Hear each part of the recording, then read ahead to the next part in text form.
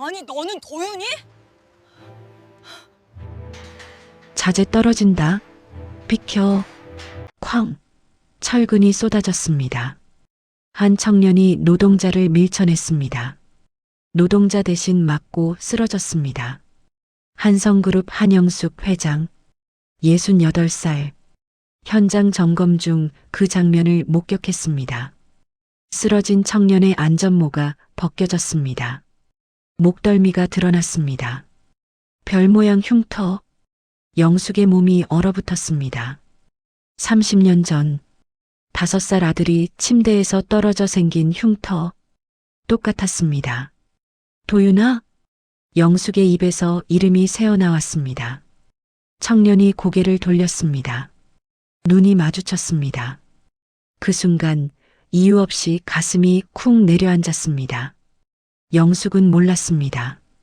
이 막노동꾼이 30년 전 유괴당한 자신의 아들이라는 것을, 그리고 며칠 후 충격적인 진실이 모든 것을 뒤흔들 거라는 것을. 이야기 시작 전 구독과 좋아요, 알림 설정 부탁드립니다. 경기도 외곽 재개발 공사장. 새벽 6시였습니다. 노란 안전모를 쓴 이도연은 35살이었지만 얼굴은 40이 넘어 보였습니다. 땀으로 젖은 작업복, 흙먼지로 뒤덮인 운동화, 굳은 살 가득한 손. 막노동꾼의 삶이 그대로 새겨져 있었습니다. 도연아, 철근 좀 날라. 반장의 고함 소리가 들렸습니다. 도연은 무거운 철근 다발을 어깨에 메었습니다. 무게가 50kg은 넘었습니다. 하지만 익숙했습니다. 이런 일을 10년째 하고 있었습니다. 도연은 보육원에서 자랐습니다. 부모 얼굴을 본 적이 없었습니다. 호적에는 5살 이후 기록만 있었습니다. 그 전 기억은 없었습니다. 아니, 있긴 했습니다. 희미하게. 비 오는 날 누군가의 품, 울음소리. 하지만 확실하지 않았습니다. 고등학교를 겨우 졸업하고 도연은 일을 시작했습니다. 막노동, 대리운전, 택배. 할 수 있는 건 다 했습니다.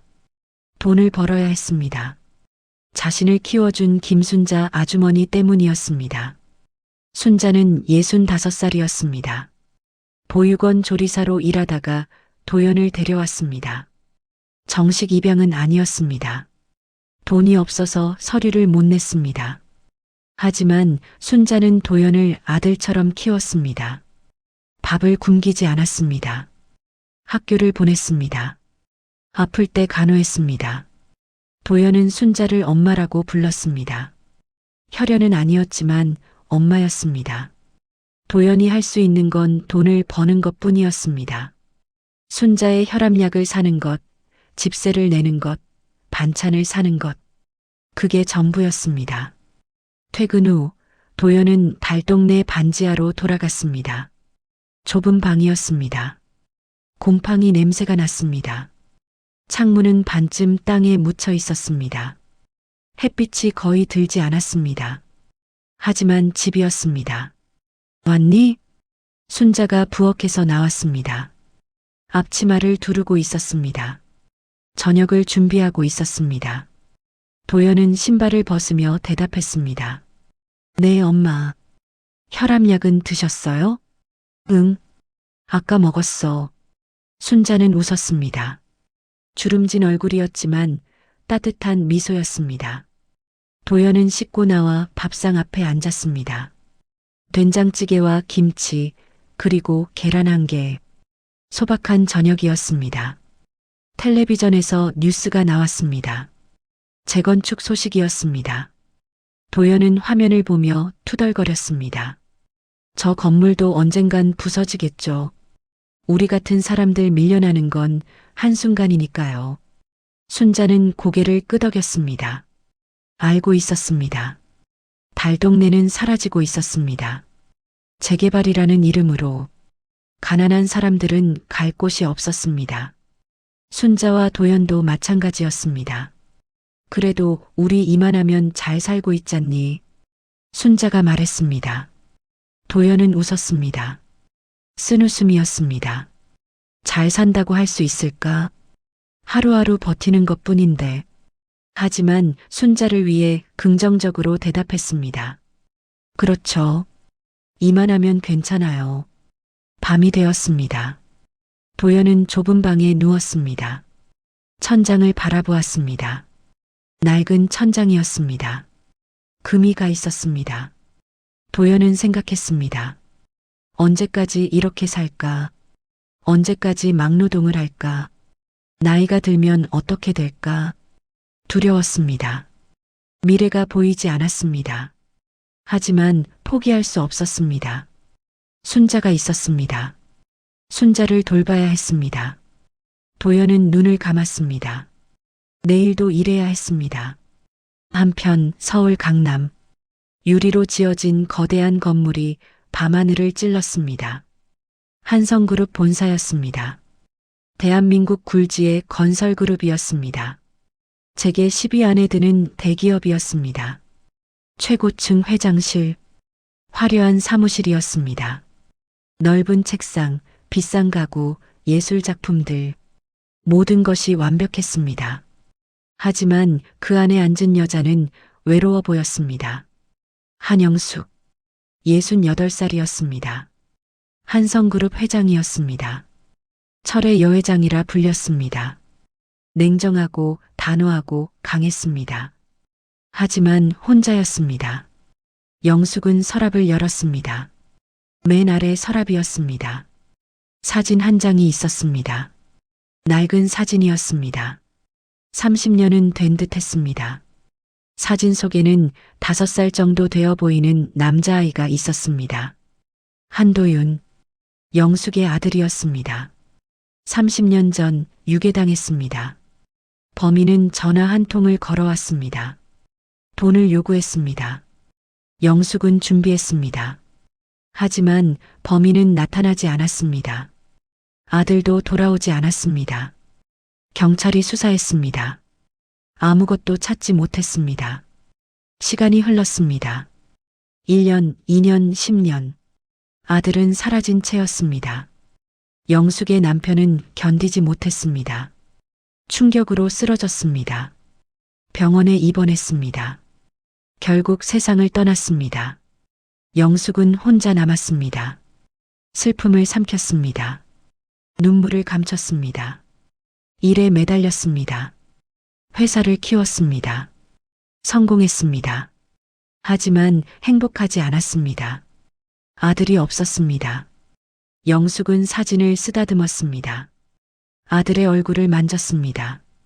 눈물이 났습니다. 참았습니다. 울 수 없었습니다. 회장이었습니다.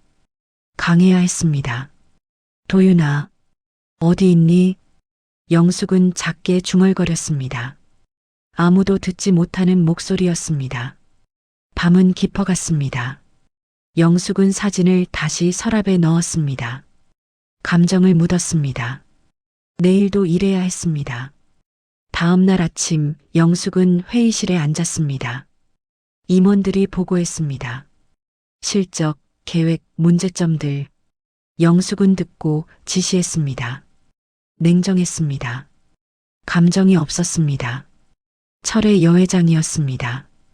회의가 끝날 무렵 비서가 들어왔습니다. 서류를 건넸습니다. 긴급 보고였습니다. 영숙은 서류를 받아 읽었습니다. 회장님, 평택 신도시 현장에 안전사고가 났습니다. 영숙의 눈빛이 변했습니다. 사고라고? 영숙은 서류를 자세히 보았습니다. 경미한 사고였습니다. 다행히 사망자는 없었습니다. 하지만 부상자가 있었습니다. 그런데요, 비서가 말을 이었습니다. 막노동자 한 명이 동료들을 구해서 뉴스에 잠깐 나왔습니다. 비서는 태블릿을 건넸습니다. 뉴스 영상이 재생됐습니다. 현장 화면이었습니다. 무너진 자재, 흙먼지, 그리고 한 청년이 보였습니다. 영숙은 화면을 멈췄습니다. 청년의 얼굴이었습니다. 흙먼지를 뒤집어 쓴 얼굴이었습니다. 하지만 뭔가 보였습니다. 눈매, 입매, 얼굴형. 영숙의 심장이 빨리 뛰었습니다. 이 사람. 영숙은 화면을 확대했습니다. 청년의 얼굴이 크게 보였습니다. 왼쪽 눈 밑에 작은 점이 있었습니다. 영숙은 숨이 멎었습니다. 도윤에게도 그 점이 있었습니다. 똑같은 위치에. 이 사람 신상 정보 찾아봐. 영숙이 명령했습니다. 비서는 놀랐습니다. 회장님이 막노동꾼의 정보를 원하다니. 하지만 지시를 따랐습니다. 이름은 이도현입니다. 28살이고요. 보육원 출신입니다. 보육원 출신? 영숙의 손이 떨렸습니다. 나이도 맞았습니다. 30년 전 5살이었다면 지금 35살쯤. 아니, 호적이 바뀌었다면 나이도 다를 수 있었습니다. 더 자세히 조사해. 영숙이 다시 명령했습니다. 비서는 고개를 끄덕였습니다. 나갔습니다. 영숙은 혼자 남았습니다. 화면 속 청년을 계속 바라보았습니다. 설마. 영숙은 떨렸습니다. 가슴이 뛰었습니다. 30년 동안 찾던 아들일까? 하지만 확신할 수 없었습니다. 수없이 실망했었습니다. 비슷한 나이, 비슷한 외모를 가진 사람들을 찾아갔습니다. 모두 아니었습니다. 하지만 이번에는 달랐습니다. 느낌이 달랐습니다. 왼쪽 눈 밑에 점, 눈매, 입매. 너무 닮았습니다. 도윤과 너무 닮았습니다. 영숙은 서랍을 열었습니다. 아들의 사진을 꺼냈습니다. 화면과 비교했습니다. 닮았습니다. 확신할 수는 없었지만 닮았습니다. 도윤아, 내가 맞니? 영숙의 눈에 눈물이 고였습니다. 참지 못했습니다. 눈물이 흘렀습니다. 30년 만에 흘리는 희망의 눈물이었습니다. 밖에서는 서울이 분주하게 움직이고 있었습니다. 사람들은 출근하고 일하고 살아갔습니다. 하지만 영숙의 세계는 멈춰 있었습니다. 화면 속 청년만 보였습니다. 혹시 모를 가능성만 보였습니다. 도연은 그 순간을 몰랐습니다. 누군가 자신을 찾고 있다는 것을, 누군가 자신을 간절히 원하고 있다는 것을. 도연은 그저 공사장에서 일하고 집에 가서 밥을 먹고 잠들 뿐이었습니다. 하지만 운명은 돌아가고 있었습니다. 30년 전 끊어진 인연이 다시 이어지려 하고 있었습니다. 도연은 몰랐습니다. 며칠 후 자신의 삶이 완전히 바뀔 거라는 것을. 사흘이 지났습니다. 영숙은 결정을 내렸습니다. 직접 현장을 방문하기로 했습니다. 비서는 만류했습니다. 회장님, 현장은 위험합니다. 굳이 직접 가실 필요가. 하지만 영숙은 고집을 부렸습니다. 내가 직접 봐야 해. 누구를 본다는 건지 비서는 알고 있었습니다. 하지만 더 이상 말리지 못했습니다. 영숙의 눈빛이 단호했습니다. 평택 신도시 현장. 검은 승용차가 도착했습니다. 영숙이 내렸습니다. 헬멧을 썼습니다. 현장 소장이 허겁지겁 달려왔습니다. 허리를 구부렸습니다. 회장님, 이런 곳까지 직접 오시다니.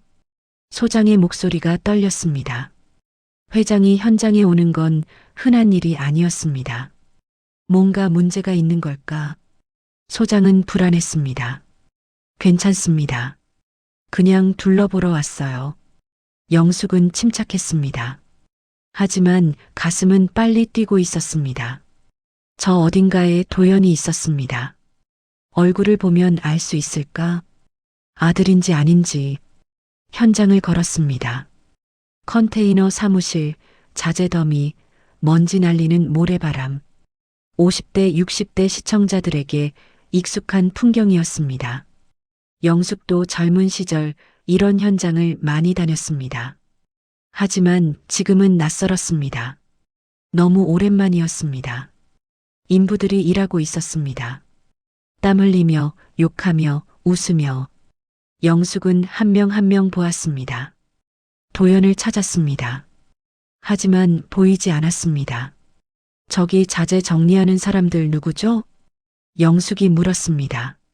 소장이 대답했습니다. 막노동팀입니다. 철근이랑 자재 나르는 일하는. 그때였습니다. 자재 떨어진다. 비켜. 누군가 소리쳤습니다. 영숙은 고개를 돌렸습니다. 철근 다발이 쏟아지고 있었습니다. 묶은 줄이 풀린 것이었습니다. 아래에는 나이 든 노동자가 있었습니다. 미처 피하지 못하고 있었습니다. 쿵! 누군가 달려들었습니다. 노동자를 밀쳐냈습니다. 대신 자신이 맞았습니다. 철근이 등을 때렸습니다. 청년이 땅바닥에 구르며 쓰러졌습니다. 도연아! 누군가 소리쳤습니다. 사람들이 달려갔습니다. 영숙도 따라갔습니다. 가슴이 철렁했습니다. 도연이라고 했습니다. 저 청년이 도연이었습니다. 청년이 일어났습니다. 얼굴을 들었습니다. 안전모가 벗겨져 있었습니다. 얼굴이 드러났습니다. 흙먼지가 묻어 있었지만 또렷했습니다. 영숙은 숨이 멎었습니다. 눈매. 도윤과 똑같았습니다. 왼쪽 눈 밑에 점. 도윤에게 있던 바로 그 점이었습니다. 인매. 웃을 때 살짝 올라가는 왼쪽 입꼬리. 도윤도 그랬습니다. 청년이 일어서며 작업복이 벗겨졌습니다. 목덜미가 보였습니다. 땀이 흘러내렸습니다.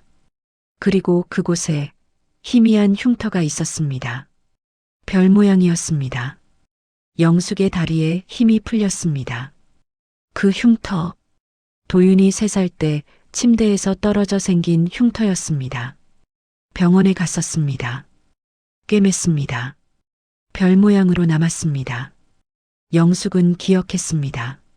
너무나 선명하게. 도윤아. 영숙의 입에서 말이 새어나왔습니다. 무의식적이었습니다. 주변 사람들이 놀라 쳐다봤습니다. 회장님이 막노동꾼을 보고 이름을 부르다니. 도연도 영숙을 봤습니다.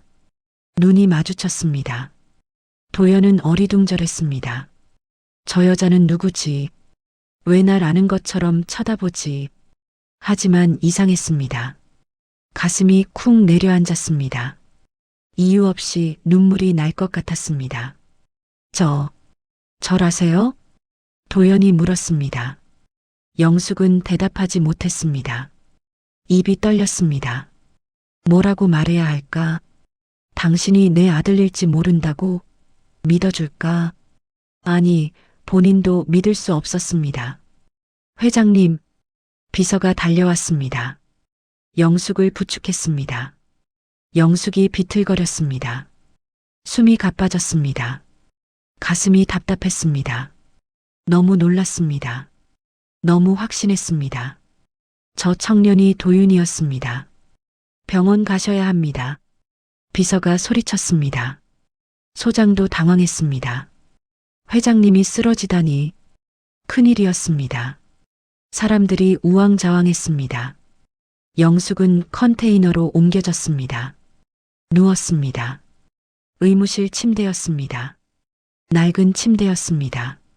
하지만 영숙은 신경 쓰지 않았습니다. 머릿속은 온통 도연 생각뿐이었습니다. 저 청년, 이도연이라고 했죠? 영숙이 비서에게 물었습니다. 비서는 고개를 끄덕였습니다. 네, 35살, 보육원 출신입니다. 신상 정보 더 자세히 알아봐. 출생 기록, 보육원 입소 기록, 모든 것. 회장님, 정말 그 청년이? 비서는 조심스럽게 물었습니다. 영숙은 눈을 감았습니다. 눈물이 흘렀습니다. 참지 못했습니다. 그 흉터, 도윤이한테 있던 흉터야. 똑같은 자리에. 비서는 숨을 삼켰습니다. 그럼 정말로 저 막노동꾼이 회장님의 아들일 수도 있다는 건가? 믿기지 않았습니다. 하지만 회장님의 확신이 무서울 정도였습니다. 저녁이 되었습니다. 뉴스가 나왔습니다. 한성그룹 한영숙 회장, 현장 방문 중 과로로 쓰러져. 간단한 보도였습니다. 과로라고 했습니다. 진실은 아무도 몰랐습니다. 영숙이 왜 쓰러졌는지, 무엇을 봤는지, 도연은 그날 밤 잠을 이루지 못했습니다. 낮에 본 여자가 계속 떠올랐습니다. 저 여자는 누구였을까? 왜 자신을 도윤이라고 불렀을까? 도윤, 그 이름이 낯설지 않았습니다. 꿈에서 들었던 이름이었습니다. 어렴풋한 기억이었습니다. 누군가 자신을 안고 울었습니다. 도윤아, 도윤아 하고 불렀습니다. 하지만 누구였는지 기억나지 않았습니다. 도연은 창밖을 보았습니다. 달이 떠 있었습니다. 밝은 달이었습니다. 하지만 도연의 마음은 어두웠습니다. 불안했습니다. 뭔가 큰 일이 일어날 것 같았습니다. 영숙도 잠들지 못했습니다. 집에 돌아와서도 도연 생각뿐이었습니다. 사진을 꺼냈습니다. 도윤의 사진과 도연의 얼굴을 비교했습니다. 닮았습니다. 너무 닮았습니다. 내 아들이 맞아. 틀림없어. 영숙은 확신했습니다. 하지만 확인해야 했습니다. 유전자 검사를 해야 했습니다. 그래야 확실했습니다.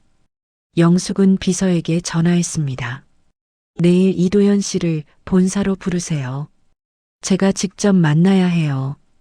비서는 알겠다고 대답했습니다. 전화를 끊었습니다. 영숙은 혼자 남았습니다. 가슴이 두근거렸습니다.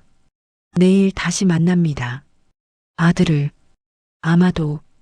밤은 깊어갔습니다. 서울의 불빛은 여전히 밝았습니다. 하지만 영숙의 방은 어두웠습니다. 영숙은 어둠 속에 혼자 앉아 있었습니다. 30년을 기다렸습니다. 하루 더 기다릴 수 있었습니다. 도연은 반지하 방에 누워 있었습니다. 옆방에서 순자의 코 고는 소리가 들렸습니다. 익숙한 소리였습니다. 편안한 소리였습니다.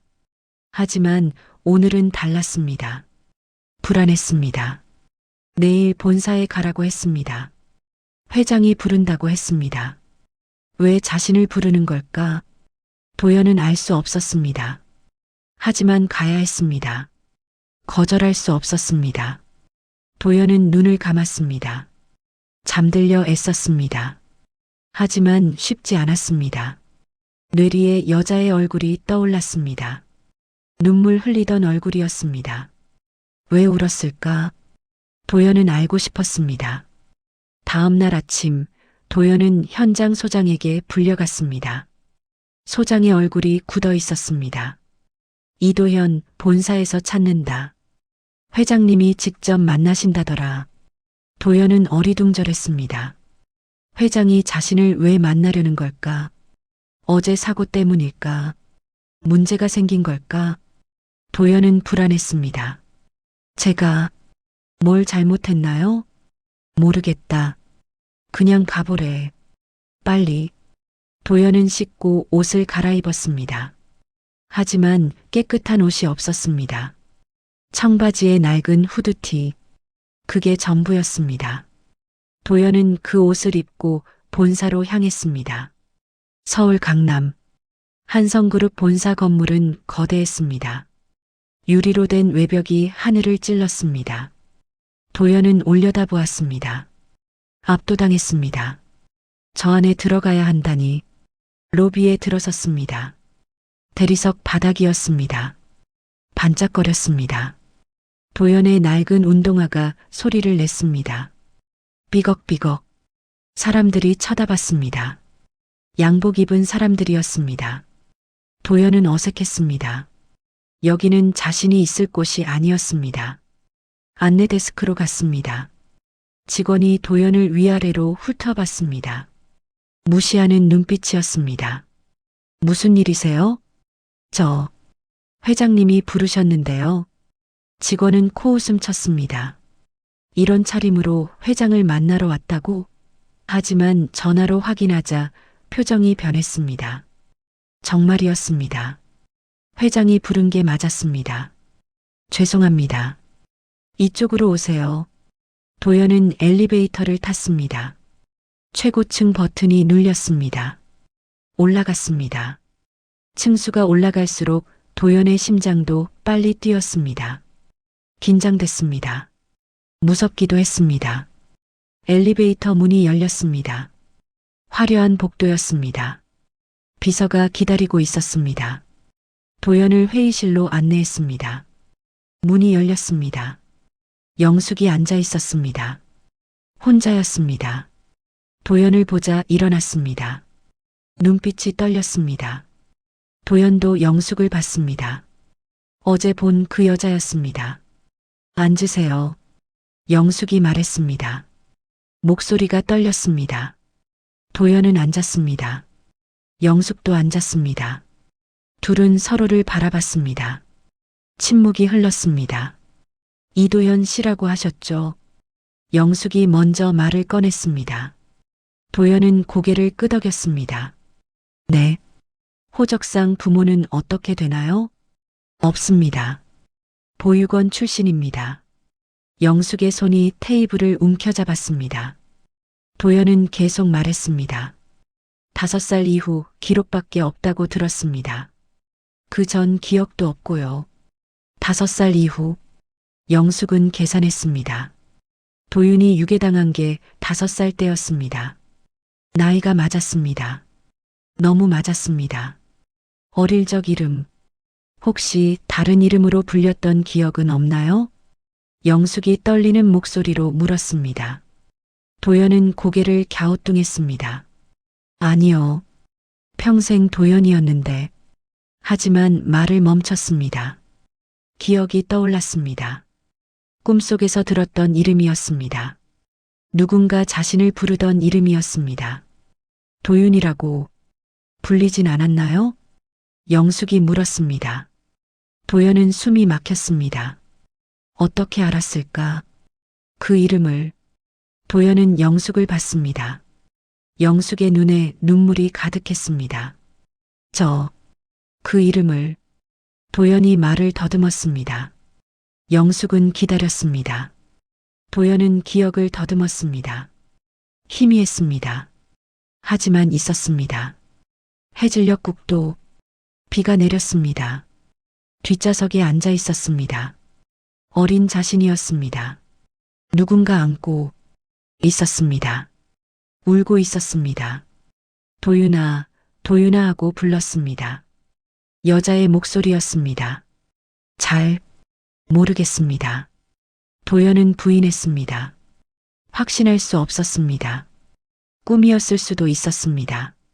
상상이었을 수도 있었습니다.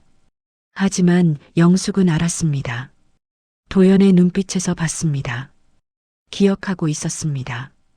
이도연 씨, 영숙이 심호흡했습니다. 말해야 했습니다.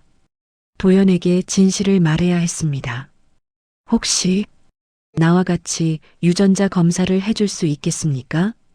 도연은 눈이 커졌습니다. 유전자 검사? 왜? 도연은 이해할 수 없었습니다. 영숙은 설명했습니다. 30년 전 제 아들이 실종됐습니다. 5살 때였죠. 그 후로 찾지 못했습니다. 그런데 영숙의 목소리가 떨렸습니다. 당신을 보니 제 아들 같아요. 흉터도 눈매도 모든 게 닮았어요. 도연은 황당했습니다. 자신이 회장의 아들이라고? 말도 안 됐습니다. 자신은 막노동꾼이었습니다. 보육원에서 자랐습니다. 가난했습니다. 회장의 아들일 리 없었습니다.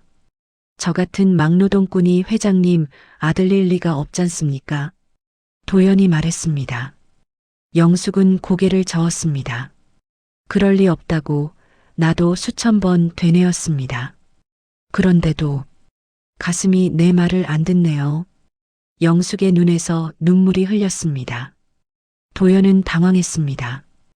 회장이 우는 모습을 보다니 도연은 어떻게 해야 할지 몰랐습니다. 검사만 해주세요. 그럼 확실히 알 수 있어요. 당신이 내 아들인지 아닌지 영숙이 애원했습니다. 도연은 거절할 수 없었습니다. 저 눈빛을, 저 간절함을 외면할 수 없었습니다. 도연은 고개를 끄덕였습니다. 알겠습니다. 해드리죠. 영숙은 안도했습니다. 감사하다고 말했습니다. 도연은 그날 병원에 갔습니다. 혈액을 채취했습니다. 유전자 검사를 의뢰했습니다. 결과는 일주일 후에 나온다고 했습니다. 일주일. 도연은 불안한 일주일을 보냈습니다. 일도 제대로 되지 않았습니다. 머릿속은 온통 영숙 생각뿐이었습니다. 혹시 정말 자신이 영숙의 아들일까? 그럼 어떻게 되는 걸까? 순자에게 말해야 할까? 도연은 고민했습니다. 하지만 말하지 못했습니다. 순자를 걱정시키고 싶지 않았습니다. 결과가 나온 후에 말하기로 했습니다. 영숙도 불안한 일주일을 보냈습니다. 일에 집중할 수 없었습니다. 회의 중에도 딴 생각을 했습니다. 임원들이 이상하게 쳐다봤습니다. 하지만 영숙은 신경 쓰지 않았습니다. 밤마다 도윤의 사진을 봤습니다. 도연의 얼굴을 떠올렸습니다. 비교했습니다. 닮았습니다. 분명 닮았습니다. 영숙은 확신했습니다. 도연이 도윤이라고. 하지만 한편으로는 두려웠습니다. 만약 아니라면? 또다시 실망해야 한다면? 영숙은 견딜 수 있을까? 30년 만의 희망이었습니다. 이번에도 무너지면 영숙은 정말 무너질 것 같았습니다. 유전자 검사 소식은 빠르게 퍼졌습니다. 한성그룹 내부에서 소문이 돌았습니다. 회장이 막노동꾼과 유전자 검사를 했다고. 혹시 잃어버린 아들을 찾은 건가? 사람들이 수군거렸습니다. 그중 가장 민감하게 반응한 사람이 있었습니다. 한영국, 영숙의 동생이자 한성그룹 부회장이었습니다. 66살이었습니다. 영숙보다 2살 어렸습니다. 영국은 평생 형님 그늘에 살았습니다. 영숙이 회장이었습니다.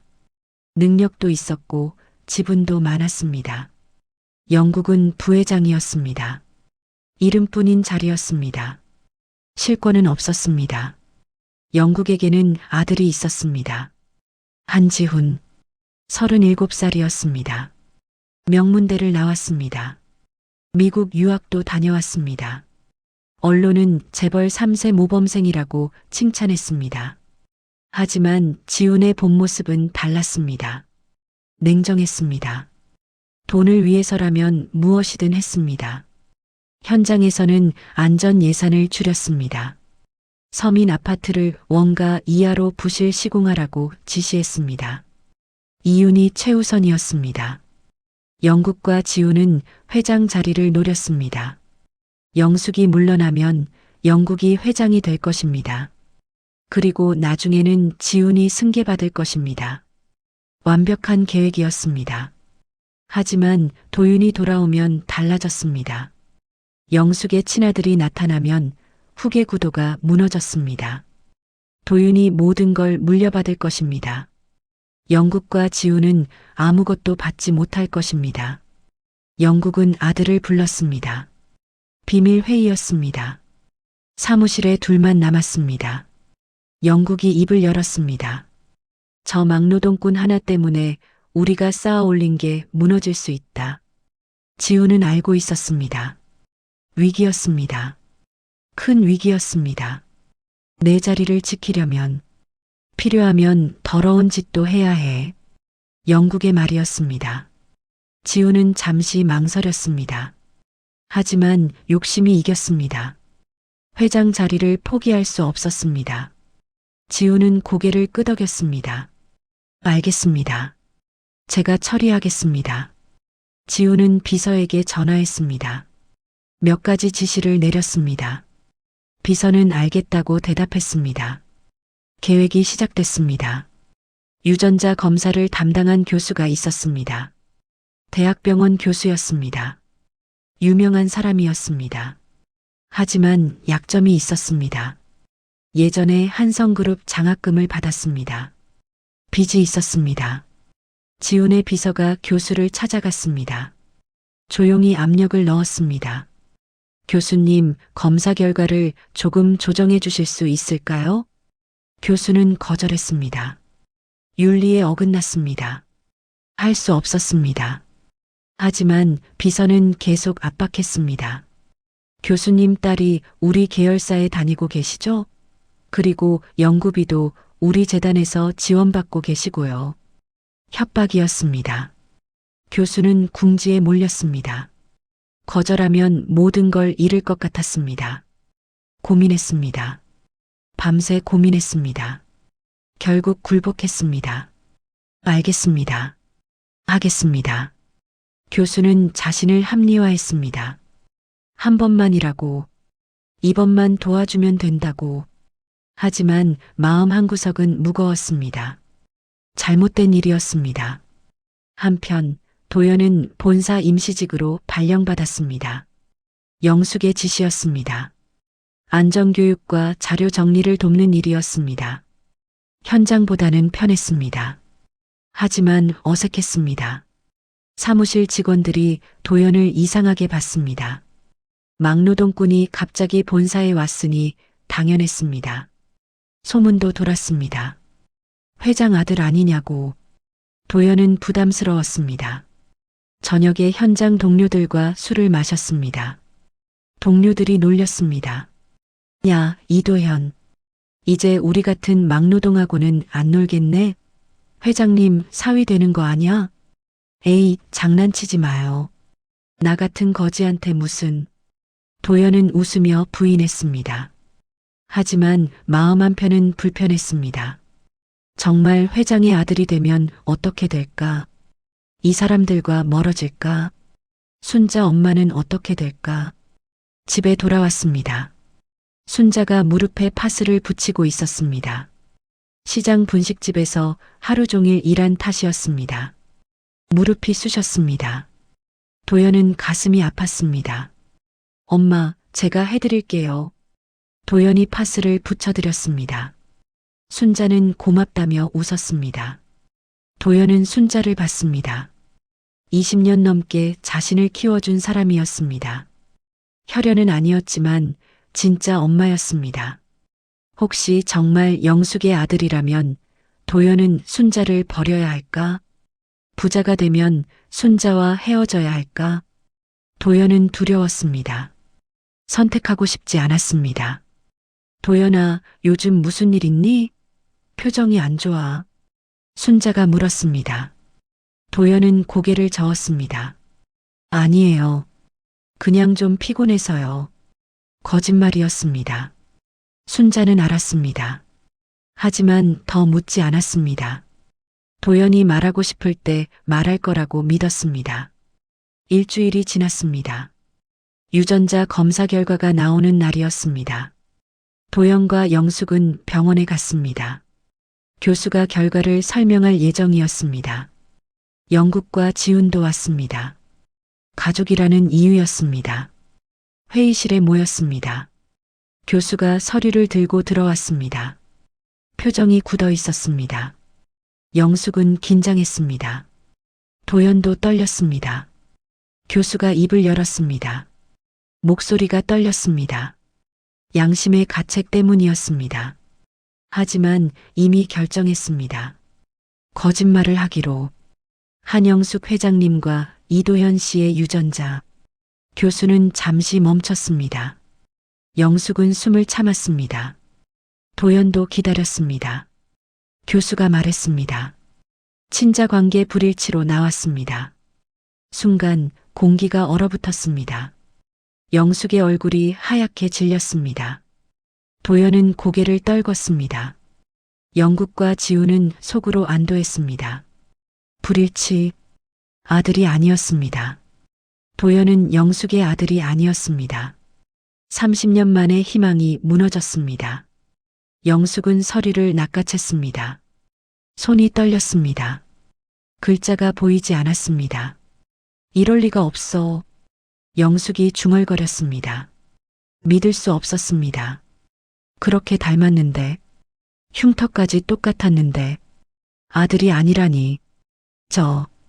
도대체 누가 내 아들이란 말이야. 영숙의 목소리가 떨렸습니다. 눈물이 흘렀습니다. 도연은 일어났습니다. 할 말이 없었습니다. 역시 자신은 아무도 아니었습니다. 막노동꾼일 뿐이었습니다. 그래요. 역시 전 아무도 아닌 놈입니다. 도연이 말했습니다. 쓴웃음을 지었습니다. 회의실을 나갔습니다.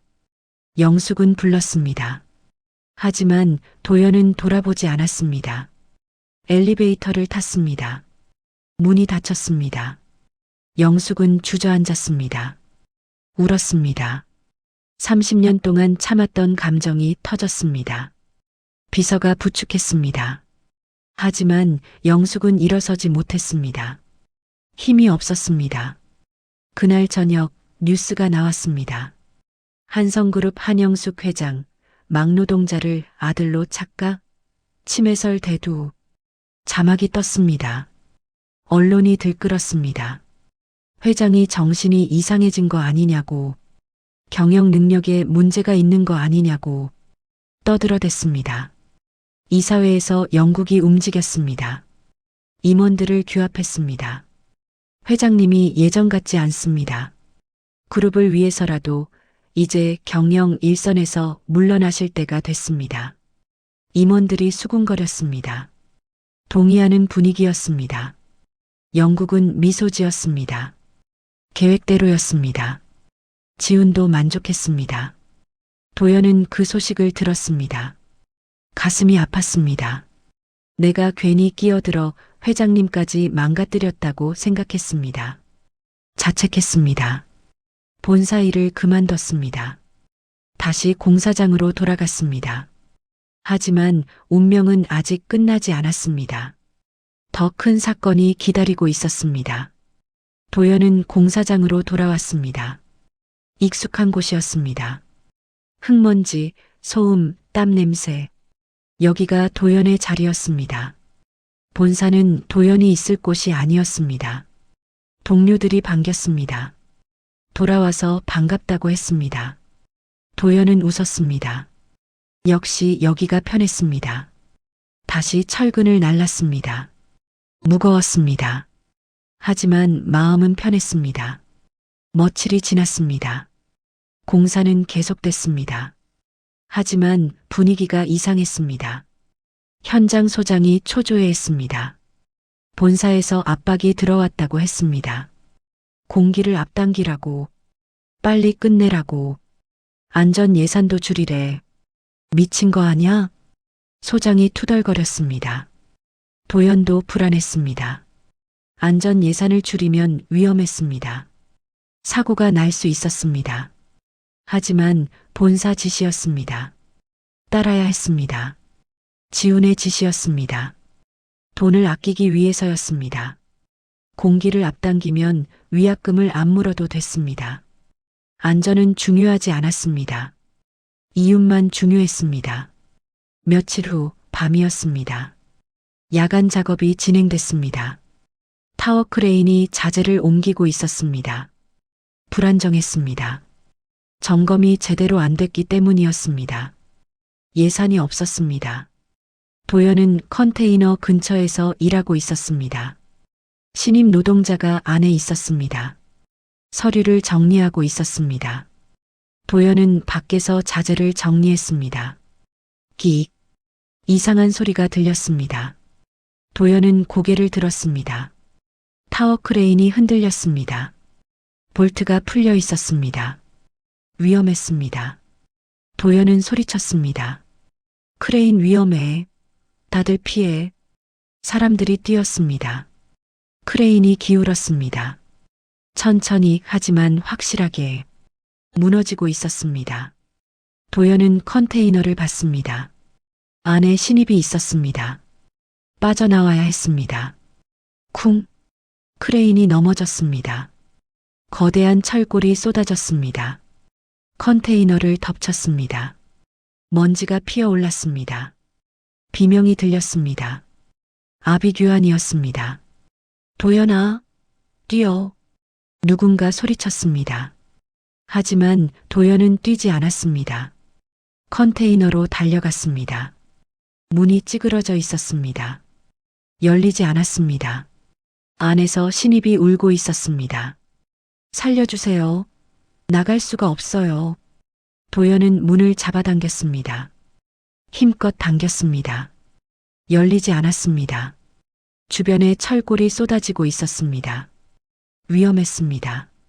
하지만 도연은 포기하지 않았습니다. 나가는 길만 막지 마. 이 안에 사람 있어. 도연이 소리쳤습니다. 다른 동료들이 달려왔습니다. 함께 문을 잡아당겼습니다. 조금씩 열렸습니다. 신입이 기어 나왔습니다. 살았습니다. 하지만 그 순간 또 다른 철골이 무너졌습니다. 도연 위로 쏟아졌습니다. 동료가 소리쳤습니다. 도연아, 조심. 늦었습니다. 철골이 도연을 덮쳤습니다. 도연은 쓰러졌습니다. 머리를 맞았습니다. 피가 났습니다. 의식이 흐려졌습니다. 눈앞이 하얗게 변했습니다. 도연아, 이 새끼야. 동료들이 달려왔습니다. 철골을 치웠습니다. 도연을 꺼냈습니다. 움직이지 않았습니다. 숨은 쉬고 있었습니다. 하지만 의식이 없었습니다. 구급차 불러. 누군가 소리쳤습니다. 구급차가 왔습니다. 도연을 실었습니다. 병원으로 향했습니다. 사이렌이 울렸습니다.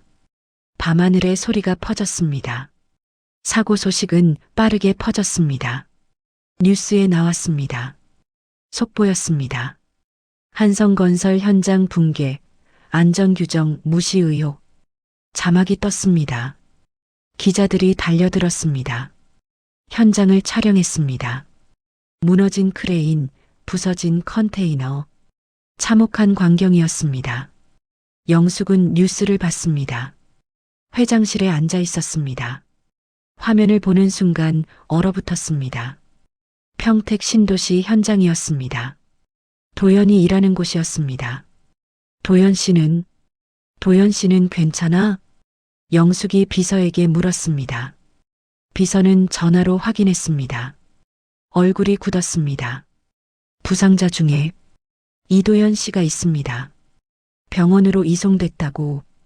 영숙은 자리에서 일어났습니다. 비틀거렸습니다. 비서가 부축했습니다. 영숙은 소리쳤습니다. 병원, 지금 당장 병원으로 가. 차를 탔습니다. 병원으로 달렸습니다. 영숙의 마음은 급했습니다. 도연이 걱정됐습니다. 아들이 아니라고 했습니다. 하지만 마음은 거짓말하지 않았습니다. 도연이 걱정됐습니다. 병원에 도착했습니다. 응급실이었습니다. 도연은 수술 중이었습니다. 전신 타박상과 골절이었습니다. 머리도 다쳤습니다. 위험했습니다. 순자도 와 있었습니다. 연락을 받고 달려왔습니다. 울고 있었습니다. 앞치마도 벗지 못하고 왔습니다. 그만큼 급했습니다. 우리 도연이. 순자가 울었습니다. 영숙은 순자를 봤습니다. 처음 보는 사람이었습니다. 하지만 알았습니다. 도연을 키운 사람이었습니다. 저, 순자 씨시죠? 영숙이 물었습니다. 순자는 고개를 들었습니다. 영숙을 봤습니다. 알아봤습니다. 뉴스에서 본 얼굴이었습니다. 한성그룹 회장이었습니다. 회장님, 순자는 당황했습니다. 왜 회장이 여기 있을까? 영숙은 순자 옆에 앉았습니다. 함께 기다렸습니다. 둘 다 도연을 걱정했습니다. 수술은 3시간 걸렸습니다. 의사가 나왔습니다. 수술은 성공적이었습니다. 하지만 의식을 회복하지 못했습니다. 언제 깰지 모른다고 했습니다. 도연은 중환자실로 옮겨졌습니다. 순자와 영숙은 유리창 너머로 도연을 봤습니다. 붕대로 감긴 머리, 산소 마스크, 여러 선들. 고통스러워 보였습니다. 제발, 깨어나. 순자가 기도했습니다. 영숙도 기도했습니다. 둘의 기도는 같았습니다. 도연이 무사하기를. 밤이 되었습니다. 순자는 집에 가야 했습니다. 하지만 발이 떨어지지 않았습니다. 영숙이 말했습니다. 가세요. 제가 여기 있을게요. 순자는 고개를 저었습니다. 전 괜찮습니다. 여기 있어야 해요. 영숙은 강요하지 않았습니다. 둘은 함께 밤을 샜습니다. 의자에 앉아 도연을 지켰습니다. 말은 없었습니다. 하지만 마음은 통했습니다. 둘 다 도연을 사랑했습니다. 새벽이 되었습니다. 도연은 여전히 깨지 않았습니다. 하지만 꿈을 꾸고 있었습니다. 오래된 기억이 돌아왔습니다. 비가 퍼붓던 밤이었습니다. 고급 승용차 뒷좌석. 어린 도연이 앉아 있었습니다. 옆에는 낯선 남자가 있었습니다. 무서웠습니다. 울지 마. 너만 없어지면 우리 아빠 회사는 모두 내 거야. 남자가 말했습니다. 도연은 이해할 수 없었습니다. 무서웠습니다. 울었습니다. 차가 달렸습니다. 외곽 국도였습니다. 차가 멈췄습니다. 남자가 도연을 끌어냈습니다. 비가 쏟아졌습니다. 추웠습니다. 도연은 떨었습니다. 젊은 여자가 있었습니다. 울고 있었습니다. 도연을 안았습니다. 도윤아 미안해. 정말 미안해. 여자가 울며 말했습니다. 도연을 비닐봉지에 싼 장난감 자동차와 함께 두었습니다. 떠났습니다. 도연은 혼자 남았습니다. 엄마, 엄마. 도연이 울었습니다. 하지만 아무도 없었습니다. 비만 쏟아졌습니다. 꿈에서 도연은 깨달았습니다. 자신의 이름이 도윤이었다는 것을, 누군가에게 버려졌다는 것을, 유괴당했다는 것을. 네. 이름. 도윤. 한도윤. 도연은 산소 마스크 너머로 중얼거렸습니다. 의식이 돌아오고 있었습니다. 눈이 떨렸습니다. 천천히 떴습니다. 영숙은 봤습니다. 도연이 깨어나고 있었습니다. 영숙은 일어났습니다. 유리창에 손을 댔습니다. 눈물이 흘렀습니다. 도윤아. 영숙이 작게 불렀습니다. 도연은 고개를 돌렸습니다. 유리창 너머로 영숙을 봤습니다. 눈이 마주쳤습니다. 도연은 알았습니다. 저 사람이 엄마라는 것을. 의사가 달려왔습니다. 간호사도 왔습니다. 도연의 상태를 확인했습니다. 의식이 돌아왔습니다. 안정적이었습니다. 다행이었습니다. 순자도 깨어났습니다. 의자에서 졸고 있었습니다. 도연이 깼다는 소식을 듣고 울었습니다. 기뻤습니다. 감사했습니다. 면회 시간이 되었습니다. 순자가 먼저 들어갔습니다. 도연을 봤습니다. 손을 잡았습니다. 엄마, 걱정하셨죠? 도연이 말했습니다. 순자는 울었습니다. 괜찮다고 말했습니다. 살아있으면 됐다고 했습니다. 순자가 나가고 영숙이 들어갔습니다. 도연을 봤습니다. 도연도 영숙을 봤습니다. 침묵이 흘렀습니다. 할 말이 많았습니다. 하지만 어디서부터 시작해야 할지 몰랐습니다. 회장님, 도연이 먼저 말했습니다. 영숙은 고개를 저었습니다. 아니야. 엄마라고 불러. 도연은 눈물이 났습니다. 기억이 돌아왔습니다. 자신이 한도윤이라는 것을, 영숙의 아들이라는 것을, 모든 것을 기억했습니다. 엄마. 도연이 불렀습니다. 영숙은 무너졌습니다. 도연의 손을 잡았습니다. 울었습니다. 30년 만에 찾은 아들이었습니다. 도윤아, 내가 살아있어줘서 고맙다. 영숙이 울며 말했습니다. 도연도 울었습니다. 모자는 30년 만에 재회했습니다. 눈물로 재회했습니다. 하지만 영숙은 알았습니다. 이제 싸워야 한다는 것을, 진실을 밝혀야 한다는 것을, 도윤을 지켜야 한다는 것을, 영국과 지훈이 가만히 있지 않을 것이었습니다. 사흘이 지났습니다. 도연은 회복하고 있었습니다. 의식은 또렷했습니다. 몸도 조금씩 나아졌습니다. 하지만 여전히 입원 중이었습니다. 영숙은 매일 병원을 찾았습니다. 도연과 이야기를 나눴습니다. 30년 동안 못다한 이야기들을 했습니다. 도연도 기억을 떠올렸습니다. 조금씩 선명해졌습니다. 순자도 매일 왔습니다. 밥을 해왔습니다. 도연이 좋아하는 음식들이었습니다. 도연은 감사했습니다. 두 엄마가 있었습니다. 행복했습니다. 하지만 바깥 세상은 조용하지 않았습니다. 사고 조사가 진행됐습니다. 안전 규정 위반이 드러났습니다. 예산 삭감도 밝혀졌습니다. 지훈의 지시였다는 증거가 나왔습니다. 언론이 들끓었습니다. 한성그룹이 비판받았습니다. 주가가 떨어졌습니다. 이사회가 소집됐습니다. 영국과 지훈은 위기였습니다.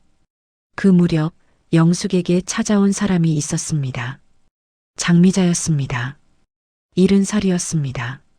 예전에 영숙의 비서였습니다. 30년 전 도윤이 실종될 때 함께 있었던 사람이었습니다. 미자는 은퇴한 지 오래였습니다. 시골에서 살고 있었습니다. 하지만 뉴스를 봤습니다. 도연의 사고 소식을 들었습니다.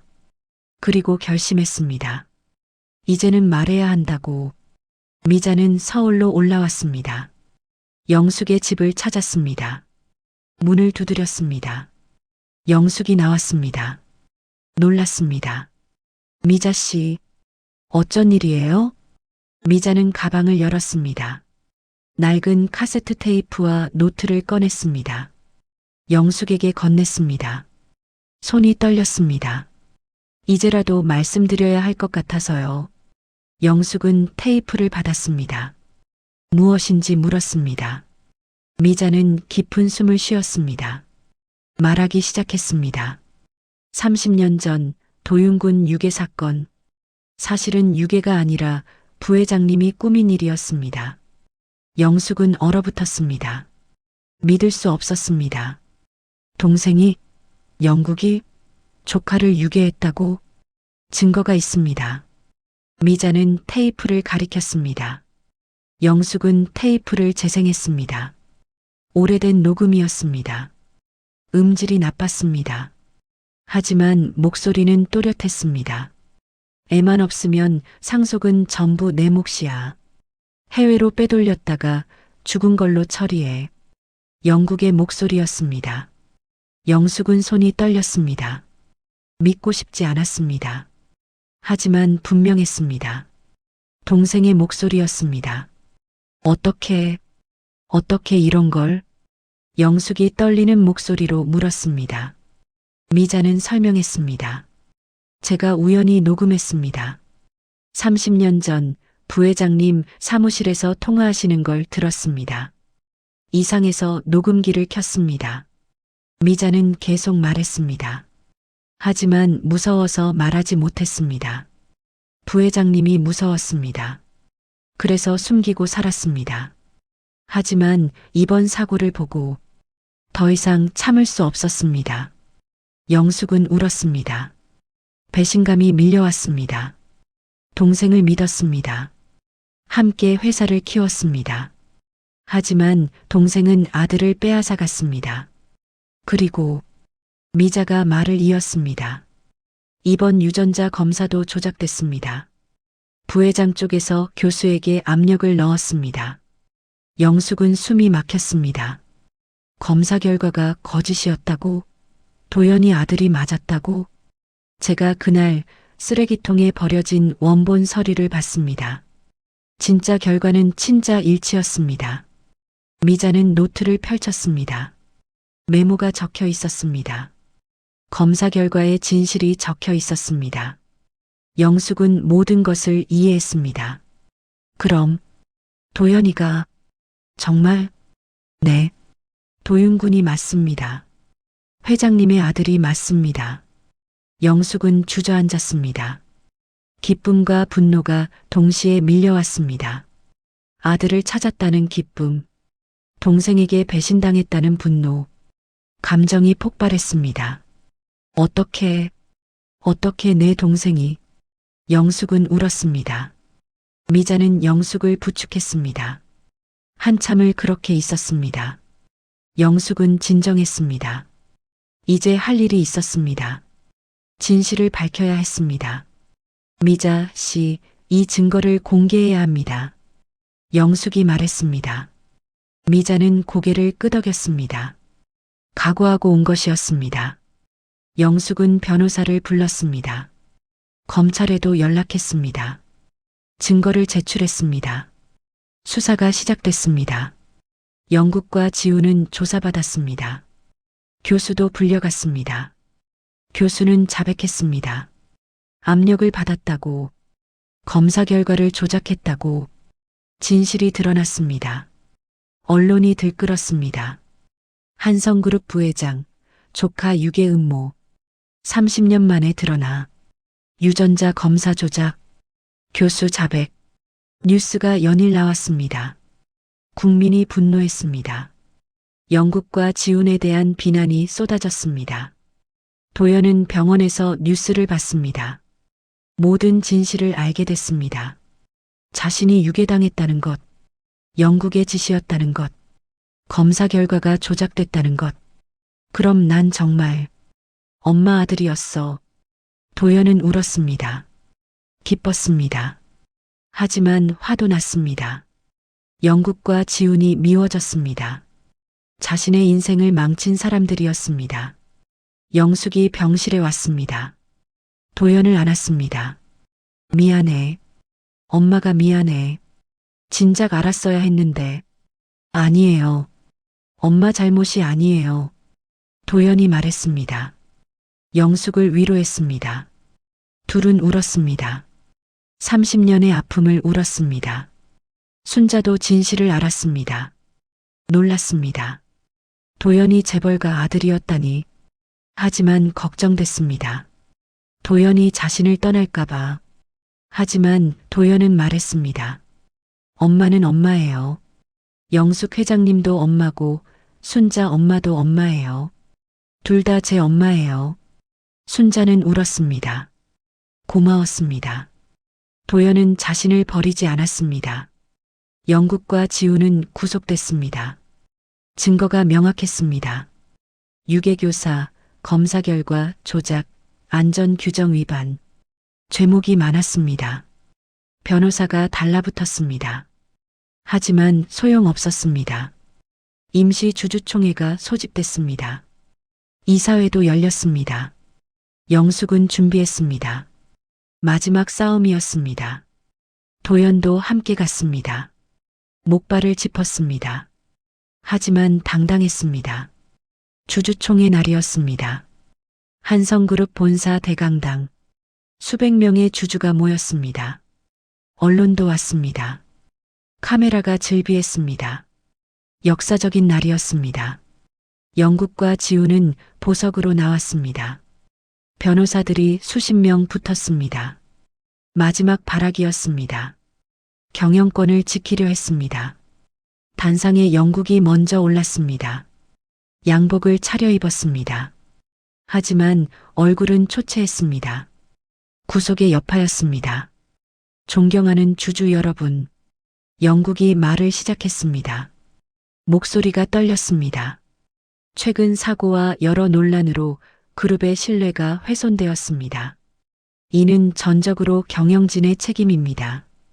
영국은 영숙을 봤습니다. 비난하는 눈빛이었습니다. 회장님께서 개인적인 감정으로 경영을 흔들고 계십니다. 이는 그룹 전체에 해가 됩니다. 주주들이 웅성거렸습니다. 영국은 계속 말했습니다. 저는 책임지는 차원에서 회장님을 명예회장으로 모시고 실질적 경영은 새로운 체제로 가져가야 한다고 생각합니다. 박수가 나왔습니다. 영국 편에 선 사람들이었습니다.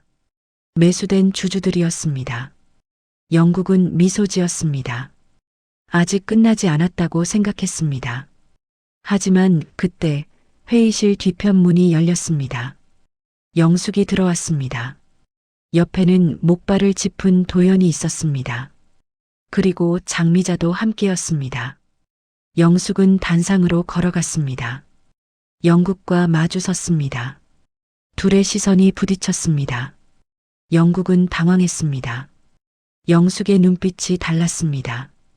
강했습니다. 경영 실패의 책임 저에게 있습니다. 영숙이 말을 시작했습니다. 주주들이 조용해졌습니다. 그러나 이 자리에 서기까지 40년 동안 저는 단 한 번도 회사를 가족의 장난감으로 생각한 적이 없습니다. 영숙은 가방을 열었습니다. 카세트 테이프와 문서를 꺼냈습니다. 스크린에 띄웠습니다. 주주들이 집중했습니다. 여러분이 믿어온 부회장과 그 아들이 30년 전 제 아들을 없애려 했습니다. 테이프가 재생됐습니다. 영국의 목소리가 강당에 울려 퍼졌습니다. 애만 없으면 상속은 전부 내 몫이야. 해외로 빼돌렸다가 죽은 걸로 처리해. 강당이 술렁였습니다. 사람들이 놀랐습니다. 영국의 얼굴이 하얗게 질렸습니다. 지우는 당황했습니다. 그리고 이번 안전사고의 근본 원인도 그들의 비자금 조성과 공기 단축 때문이었습니다. 영숙은 서류를 공개했습니다. 지훈의 지시 문서였습니다. 안전 예산 삭감, 공기 단축 명령, 모든 증거가 있었습니다. 이것이 여러분이 믿어온 경영진의 실체입니다. 영숙의 목소리가 강당을 채웠습니다. 주주들이 웅성거렸습니다. 분노했습니다. 영국과 지훈을 비난했습니다. 지훈이 일어났습니다. 마지막 발악이었습니다. 저 막노동꾼 하나 믿고 우리를 몰아세운다고요? 지훈이 도연을 가리켰습니다. 저 인간이 정말 회장님의 아들이라는 증거라도 있습니까? 도연이 앞으로 나섰습니다. 목발을 짚고 천천히 걸었습니다. 단상에 올랐습니다. 마이크를 잡았습니다. 맞습니다. 전 아직도 믿기지 않습니다. 도연이 말했습니다. 주주들이 귀 기울였습니다. 다만 한 가지는 확실합니다. 여기 계신 분들의 서명 하나 때문에 현장에 있는 수많은 아버지, 아들들이 집에 돌아가지 못하는 일이 생겨서는 안 된다는 겁니다. 박수가 터졌습니다. 진심이 전해졌습니다. 도연은 서류를 꺼냈습니다. 이건 교수님이 양심 선언하며 제게 직접 보내주신 진짜 검사 결과입니다. 스크린에 띄워졌습니다. 유전자 검사 결과 친자 일치 99.99% 명확했습니다. 한영숙 회장님과 저 친자 일치. 그러나 회장님의 아들이기 전에 저는 23년 동안 절 키워주신 김순자 엄마의 아들이기도 합니다. 주주들이 울었습니다. 감동했습니다. 도연의 진심이 전해졌습니다. 박수가 쏟아졌습니다. 검찰 수사관들이 들어왔습니다. 영국과 지훈에게 다가갔습니다. 수갑을 꺼냈습니다. 영국이 저항했습니다. 아직 끝난 거 아니다. 내가 누군지 알아? 삼가십시오, 부회장님. 수사관이 냉정하게 말했습니다. 수갑이 채워졌습니다. 철컥. 소리가 강당에 울렸습니다. 지훈도 수갑을 찼습니다. 변호사들이 달려들었습니다. 하지만 소용없었습니다. 영국과 지훈은 끌려갔습니다. 강당을 나갔습니다. 카메라 플래시가 터졌습니다. 언론이 달려들었습니다. 영국은 고개를 숙였습니다. 지훈은 울었습니다. 강당은 침묵에 잠겼습니다. 역사적인 순간이었습니다. 한성그룹의 권력이 바뀌는 순간이었습니다. 영숙은 주주들을 봤습니다. 깊이 고개를 숙였습니다. 죄송합니다. 제 가족이 저지른 일입니다. 책임지겠습니다. 주주들이 박수를 쳤습니다. 용서했습니다. 영숙을 믿었습니다. 투표가 진행됐습니다. 영숙이 회장직을 유지하는 것에 찬성했습니다. 압도적이었습니다. 이사회도 열렸습니다. 새로운 이사진이 구성됐습니다. 부패한 임원들이 물러났습니다. 깨끗한 사람들이 들어왔습니다. 도연도 임원으로 임명됐습니다. 안전 담당 상무였습니다. 저는 자격이 있을까요? 도연이 물었습니다. 영숙은 웃었습니다. 내가 가장 자격 있어. 현장을 아는 사람이니까. 도연은 받아들였습니다. 책임지기로 했습니다. 현장 노동자들을 위해 일하기로 했습니다. 회의가 끝났습니다. 영숙과 도연은 밖으로 나왔습니다. 기자들이 달려들었습니다. 질문을 쏟아냈습니다. 영숙은 대답했습니다. 당당했습니다. 도윤아, 아니, 도연아. 영숙이 아들을 봤습니다. 도연도 엄마를 봤습니다. 내가 어디에서 일하든 상관없다. 다만 너 자신을 부끄러워하지 마라. 도연은 환하게 웃었습니다. 안전모를 눌렀었습니다. 걱정 마세요, 회장님. 아니, 엄마. 전 막노동하던 그때의 저를 평생 잊지 않을 겁니다. 둘은 함께 걸었습니다. 카메라가 따라왔습니다. 하지만 신경 쓰지 않았습니다. 모자는 함께였습니다. 30년 만에 다시 만난 모자였습니다. 1년이 지났습니다. 많은 것이 변했습니다. 한성그룹은 달라졌습니다. 투명해졌습니다. 안전이 최우선이 됐습니다. 현장 노동자들의 처우가 개선됐습니다. 평택 신도시 시립근로자 안전교육관이 개관했습니다. 입구 간판에 문구가 새겨져 있었습니다. 한성건설 노동자들을 추모하며 이도현 상무 기증. 도연이 사비를 털어 만든 교육관이었습니다. 사고로 돌아가신 분들을 기리기 위해서였습니다. 다시는 이런 일이 없도록 하기 위해서였습니다. 개관식이 열렸습니다. 많은 사람이 왔습니다. 현장 노동자들, 가족들, 언론, 정부 관계자들. 도연은 양복을 입었습니다. 이제 익숙해졌습니다. 하지만 여전히 어색했습니다. 상무님, 이제 회장님 아들이라며? 그래도 예전이랑 똑같이 욕 잘하시네요. 현장 노동자가 농담했습니다. 도연은 웃었습니다. 욕이라도 안 하면 너네가 헬멧을 안 쓰잖아. 이놈들아. 주변이 웃었습니다. 도연은 변하지 않았습니다. 여전히 현장을 다녔습니다. 주 2일은 현장에서 일했습니다. 노동자들과 막걸리를 마셨습니다. 그게 도연이었습니다. 개관식이 끝났습니다. 도연은 두 여자를 모시고 시장 국밥집으로 갔습니다. 한영숙과 김순자였습니다. 두 엄마였습니다. 국밥집은 낡았습니다. 테이블도 오래됐습니다. 하지만 따뜻했습니다. 세 사람은 자리에 앉았습니다. 국밥을 주문했습니다.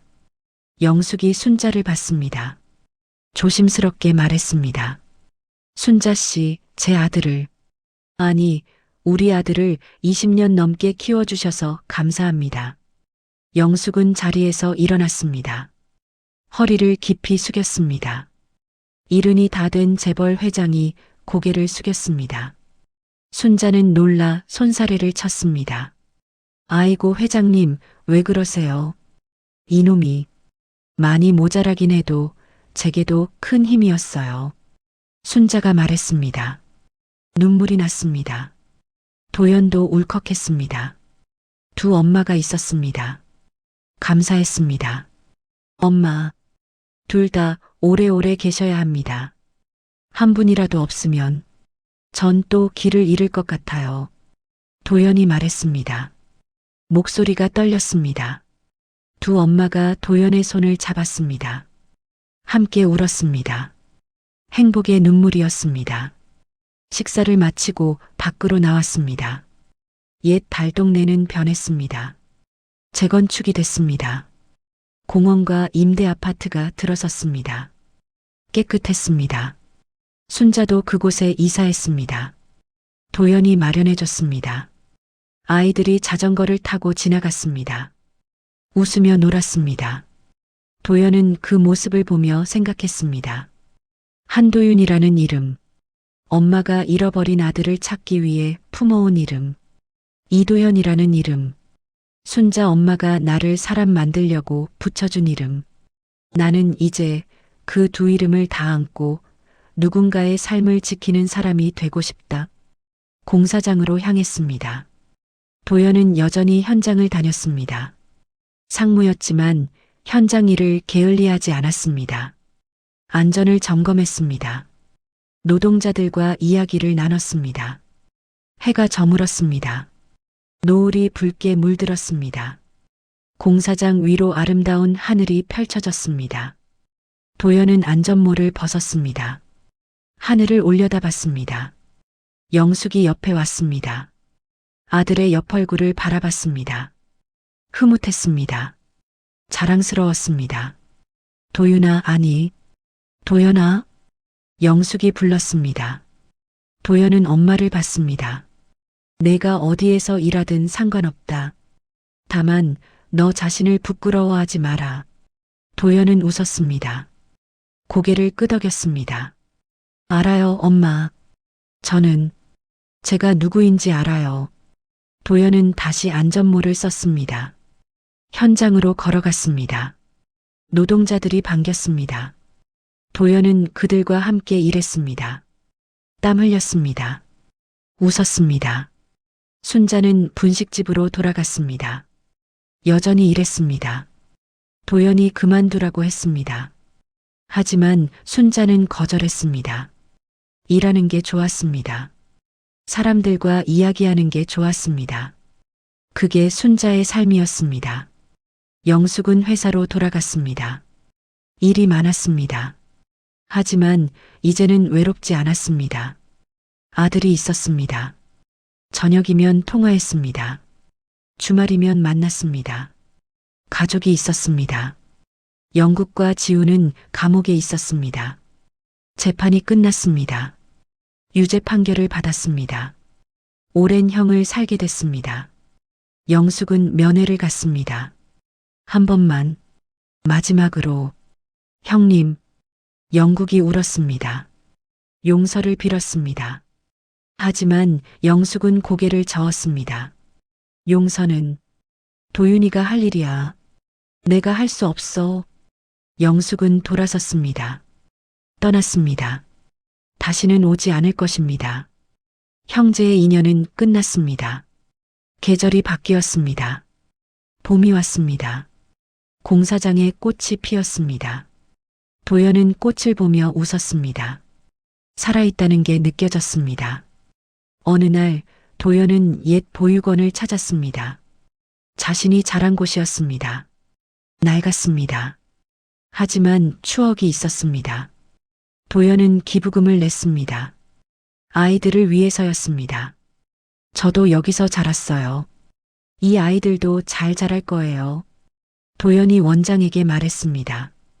원장은 고마워했습니다. 도연은 아이들을 봤습니다. 어린 얼굴들이었습니다. 희망이 보였습니다. 저녁이 되었습니다. 도연은 영숙의 집으로 갔습니다.